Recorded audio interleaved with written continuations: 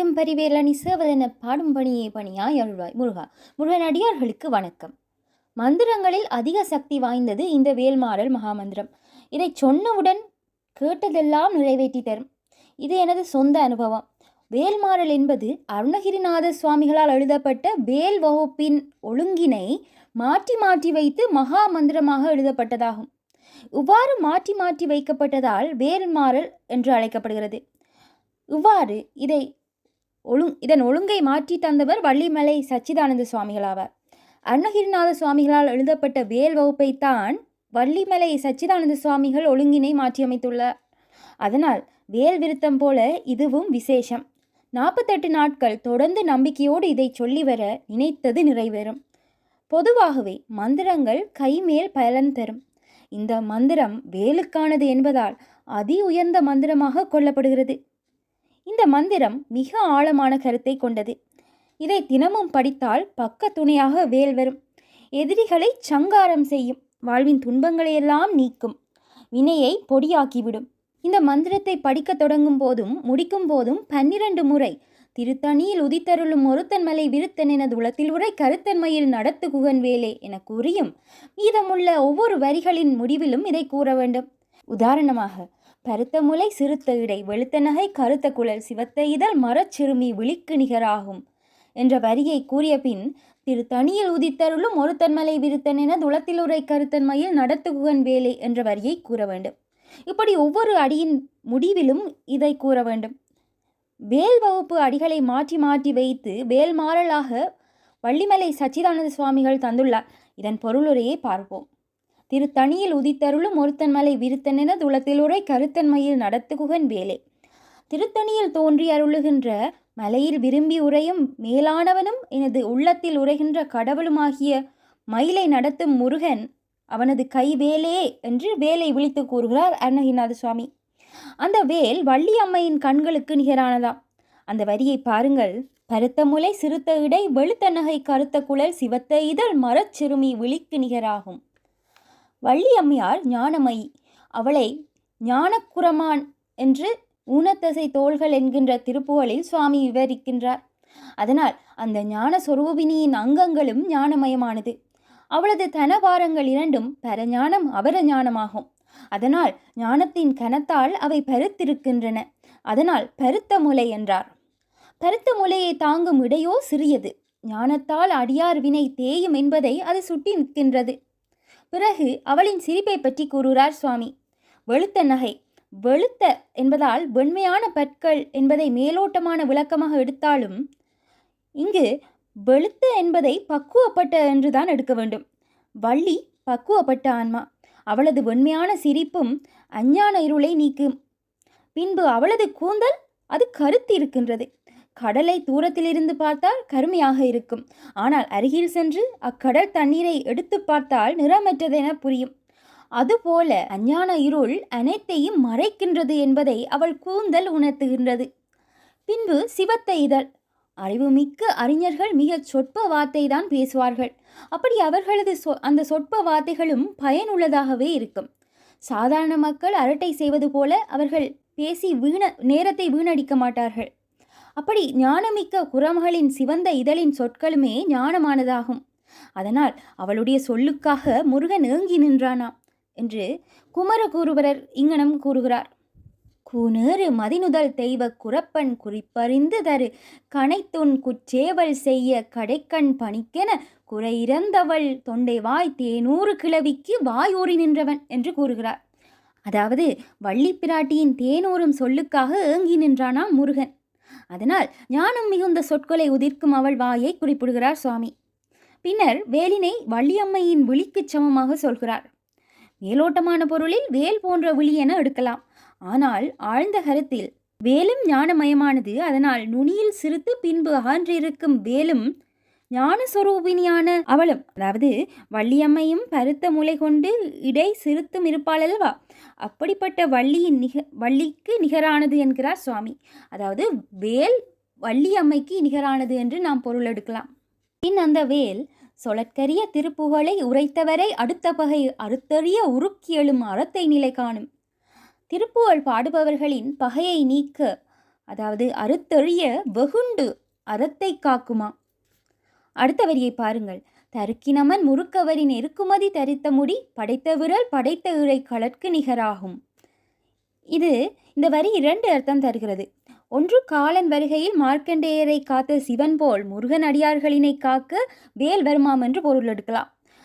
இரண்டாவதாக, வள்ளியம்மையின் விழி போல் சிவனாரின் திருவடிக்கு ஒப்பானது என்றும், அதாவது வேல் சிவனாரின் திருவடிக்கு ஒப்பானது என்றும் நாம் எடுக்கலாம். அடுத்த வரியை பாருங்கள். பனைக்கை முக படக்கரட மதத்தவள கஜக்கடவுள் பதத்திடும் நிகழத்து முளை தெறிக்க வரமாகும்.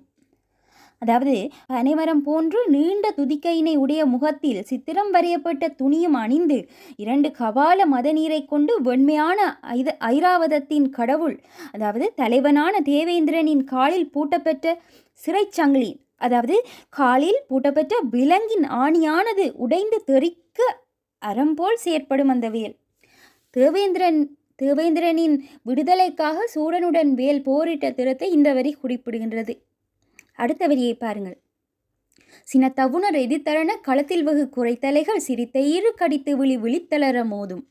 கோபத்துடன் அசுரர்களின் எண்ணிலடங்கா அறுக்கப்பட்ட தலைகளை பார்த்து சிரித்து பற்களை கோபத்துடன் கடித்தும் கண்களால் முறைத்து பார்த்தும் அத்தலைகள் அலரும்படியாக அவற்றின் மீது மோதுமாம் அந்த வேல். அடுத்த வரியை பாருங்கள். துதிக்கும் அடியவர்க்கொருவர் கெடுக்க இட நினைக்கினவர் குலத்தை முதல் அறக்களையும் எனக்கோ துணையாகும். துதிக்கின்ற அடியவர்களுக்கு யாரேனும் கெடுதல் செய்ய வேண்டுமென்று நினைத்தால் கூட அக்கெடுதல் நினைப்பவரோடு அவர்களின் குலத்தையே அழித்து விடுமாம் அந்த வேல். அப்படி செய்து எனக்கு நல்ல துணையாக அமையுமாம் வேல். அடுத்த வரியை பாருங்கள். தலத்தில் உள்ள கணத்தொகுதி களிப்பினுண வளைப்பதென மலர் கமல கரத்தின் முனை விதிர்க்க வளைவாகும். இந்த வரி மிக அற்புதமான வரி. அருணகிரிநாத சுவாமி தானே இதை அனுபவித்ததால் தான் இப்படி எழுதினார் போலும். அதாவது முருகன் தனது புண்ணிய இடத்தில் உள்ள சிவகணங்களை மகிழ்வோடு உணவளிக்க வருக வருக என்று தனது கைகளை அசைப்பானாம். அப்படி அந்த தாமரை மலர் போன்ற கையின் நுனி அசைவதை பார்த்து வேலும் அடியார்களை அழைக்க வளையுமா. என்ன ஒரு கருணை பாருங்கள். இதற்கும் வளையாத அந்த வேல் அடியார்க்காக வளைகிறது.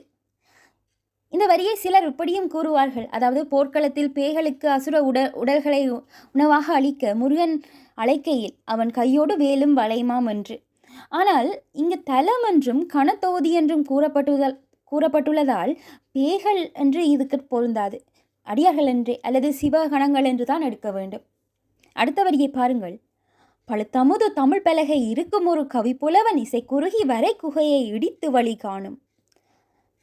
இதன் பொருள், ஞானம் கனிந்த பழமையான தமிழ் சங்கத்தின் பலகையில் வீற்றிருக்கும் ஒப்பற்ற கவியாகிய நக்கீரரின் பாடல்களுக்கு உருகி அவரை பூதத்திடமிருந்து காக்க குன்றினை இடித்த பெருமையை உடையது அந்த வேர். அடுத்த வரி. திசைக்கிரியை முதற்குலிசன் அறுத்த சிறை முளைத்ததென முகட்டினிடை பறக்கார விசை ததிர ஓடும். இதன் பொருள், திசை 8களிலும் உள்ள அசுர மலைகளுக்கு முன்பு சிறகு இருந்ததாம். அதை வைத்து அவை பறந்து பறந்து மக்களுக்கு துன்பத்தை விளைவித்ததாம். அதை தீர்க்க தலைவனான இந்திரன் அம்மலைகளின் சிறைகளை வெட்டி விட்டானாம். அவ்வாறு அறுபட்ட சிறைகள் மீண்டும் மலைகளில் முளைத்தது போல வேலும் ஆகாசத்தின் நடுவே பறந்து அளவற்ற வேகத்துடன் சகல லோகமும் அதிரும்படியாக ஓடுகிறதாம். அடுத்த வரியை பாருங்கள். சுடற்பருதி ஒளிப்ப நில ஒழுக்குமதி ஒளிப்ப அலை அடக்குதழல் ஒளிப்ப ஒளிர் ஒளிப்பிரபை வீசும். இதன் பொருள், சூரியனும் சந்திரனும் வடவாக்கினி எனப்படும் கடலுக்கடியில் இருக்கும் நெருப்பும் தங்களின் பிரகாசம் வேலின் பிரகாசத்துடன் தோற்று போய்விட்டதென்று வெக்கப்பட்டு தங்களை ஒளித்து கொள்ளுமாறு பிரகாசிக்கின்ற வேல் ஞான ஒளியை எங்கும் பரப்பும். அடுத்த வரியை பாருங்கள்.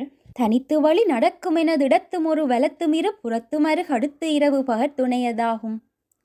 இதன் பொருள், தனியாக நான் நடக்கும் போது எனது இடது பக்கமும் வலது பக்கமும் முன்னும் பின்னுமான 2 பக்கங்களிலும் அருகில் நெருங்கி வந்து இரவு பகல் என்று பாராது எப்போதும் துணையாக இருந்து என்னை காக்கும் அந்த வேல்.